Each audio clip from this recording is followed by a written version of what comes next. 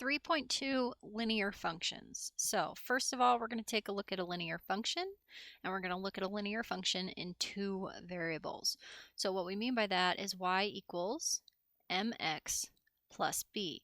Now in this linear equation, or in this linear function, y and x, or more specifically an ordered pair x comma y, are the two variables.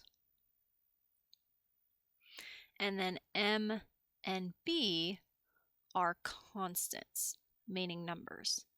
Now, what we mean by that is you could have an example of y equals 3x plus 7. That is a linear equation or a linear function that we will end up graphing here.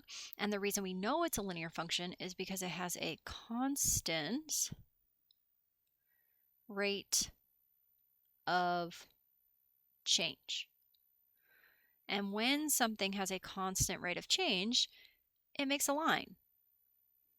If I look at my last example, if I have y equals 3x plus 7, it's telling me, okay, it goes up 3 every time. So if I put a 1 here, I'm at 3. If I put a 2 here, I'm at 6.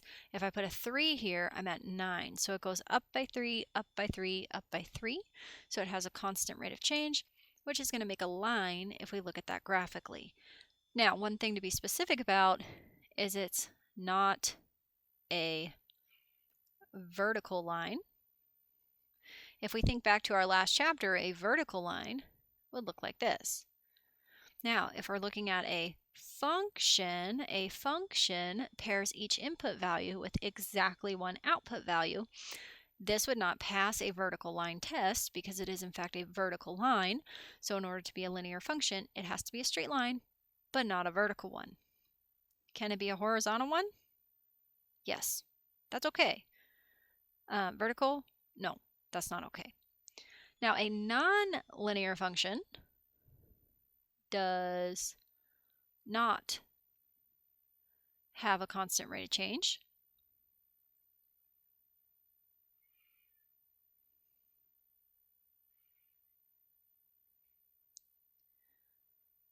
And usually when we think of these, this is more of like a pattern where you would multiply by 2. So you would start by 2, multiply by 2, you get 4.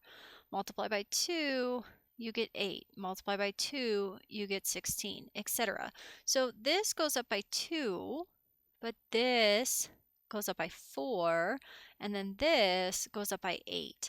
That is not a constant rate of change, versus a linear function would be like 2, 4, 6, 8, etc.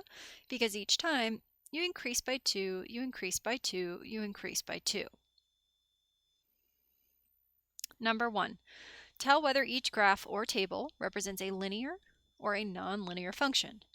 So letter A, if we're looking at this graphically, a linear function creates a line. It has a steady, constant rate of change. So if I just look at this, yeah, that's a line. So yes, linear. Or I guess they just asked, is it linear or nonlinear? This is a linear function. It creates a line. Letter B, is this a linear function? Well, it might be a little misleading because if you look at this side, that looks pretty linear to me. If you look at this side, well, that looks pretty linear to me as well. But when you put them together, is it just one straight line? And the answer to that is no. This line changes direction. This is actually an absolute value function. It's not a linear function, so this would be non-linear. Again, it has to be one continuous straight line. It's not allowed to change direction like that. Letter C, from a table. So 0, 1, 2, 3. That looks pretty constant to me. So now I'm going to look and I'm going to say, okay, well, from 3 to 5, I add 2. From 5 to 7, I add 2. From 7 to 9, I add 2. Is that a constant rate of change?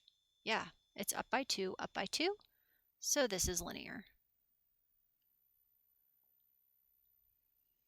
Letter D, 1, 2, 3, 4. So far, so good. 16 to 8, I subtract 8. 8 to 4, I subtract 4. 4 to 2, I subtract 2. Is that a constant rate of change? No, this is non-linear.